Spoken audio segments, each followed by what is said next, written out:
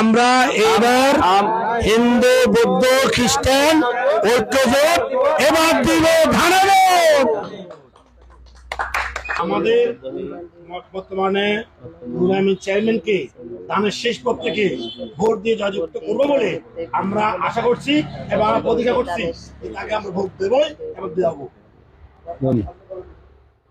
আমরা সনাতন ধর্মের পক্ষ থেকে বলছি যে আমরা চেয়ারম্যান সাহেবকে জয়যুক্ত করাবো।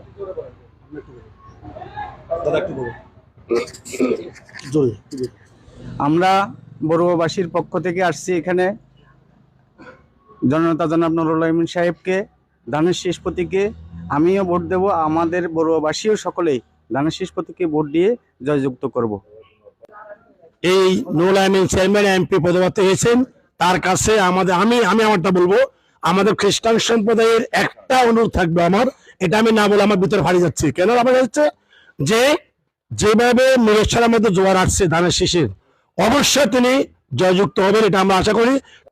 ত্রয়োদশ জাতীয় সংসদ নির্বাচনে মিরেশ্বরা 1 আসনের জননেতা নুরুল আমিন চেয়ারম্যানের মার্কা ধানের শীষ প্রতীকে আমরা অন্যান্য ধর্মের নেই, এখানে হিন্দু বৌদ্ধ খ্রিস্টান মুসলিম সহ আমরা একত্রিত হয়েছি।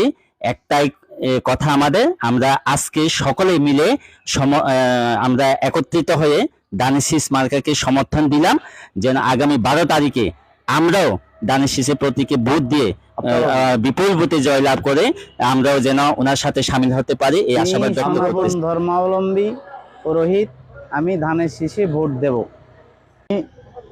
বৌদ্ধ ভিক্ষু, শাসনতিলক ভিক্ষু, আমি জনতা জনাব নুরুল আমিন সাহেবকে ধানের শীষ প্রতীকে ভোট দেব। আমার বড়ুয়াবাসীও আপনারাও ধানের শীষ প্রতীকে ভোট দিয়ে জয়যুক্ত করবেন। আমরা তীব্র ধর্ম ধানের শীষে ভোট দিব। আমরা তীব্র ধর্ম ধানের শীষে ভোট দিব। ধানের শীষে ভোট দিব।